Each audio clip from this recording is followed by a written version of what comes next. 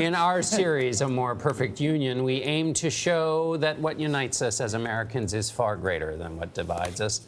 This morning, Jan Crawford shows us the healing power of fly fishing.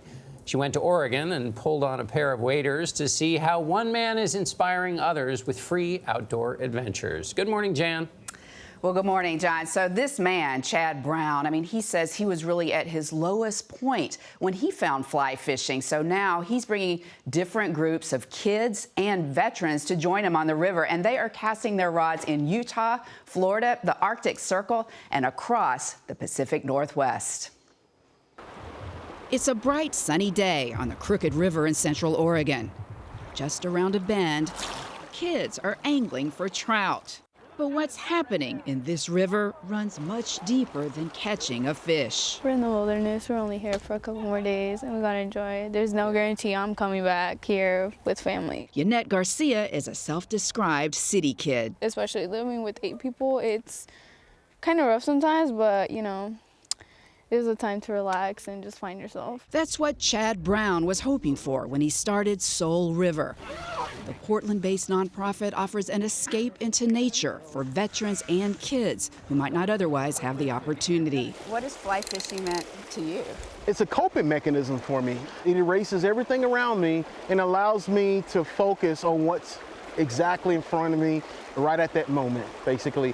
It may not have anything to do with getting the fish, basically, but I think, I'm hooked. I got a fish. Brown is a Navy veteran. He served in the Gulf and patrolled the dangerous streets of Mogadishu, Somalia. He returned home broken, desperate to escape the anxiety, blackouts, and nightmares brought on by PTSD. It all came crashing down to one place, and it stripped me from everything. I lost completely everything. I became homeless. Everything? Yeah. Homeless? I was homeless in the streets in Portland, Oregon. What was the lowest point? Finding myself in the bloodlines, sitting there, pumping, and trying to fill a pint of blood so I can get $20. I've never thought in my life that I was going to find myself in a place like that. And I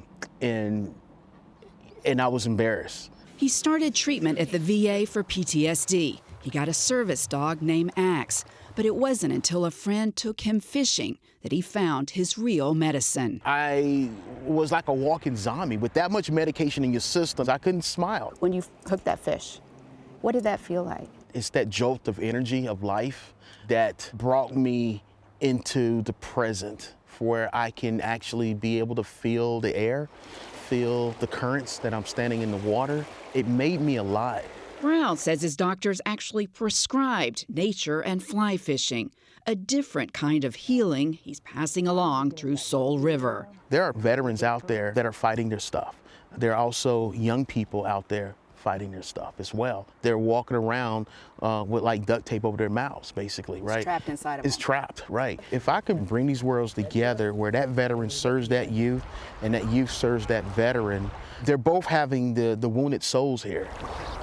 Fly fishing is my salvation. I come out here, this is my church, my happy place. After leaving the Marine Corps, Daniel Wynn was looking for another opportunity to serve. What Soul River provides to me are these short, perfect moments. Having the opportunity to teach a youth fly fishing and then watch them catch a fish. And what's that like? It's, it's this ear-to-ear smile feeling. Free bark really works. Because on these trips, kids also learn about the environment, conservation, and leadership. One's justice, dependability, initiative, decisiveness. I love the vets. They're like extremely amazing mentors. Try to pull some pieces out of what Dan is saying and apply it to your personal life. Chad, he went through a lot of rough times, and he's here now, and he's a leader, and I really admire him for that. And when you say it's inspiring, what's the message from that? That you can do what you want if you dream about it, and if you aspire to be that person, you can do that. Break it up in teams. Everybody down to waders, rods. Let's go in the water. for Brown, he's found his purpose and hopes he's hooked a new generation of leaders. We all have our issues. We find different things in life or whatever we're going up against. The river has a way of listening, giving us that space. If it weren't for this, some of these kids might go a different direction. Might go a different direction, you know. And then on top of that, these kids know that these veterans have their back. Now, both the kids and the veterans say there's a lot of new skills to learn on these trips, but they also learn about themselves. I mean, they're becoming more like self-aware and patient, open, and really appreciative of opportunities. Norah?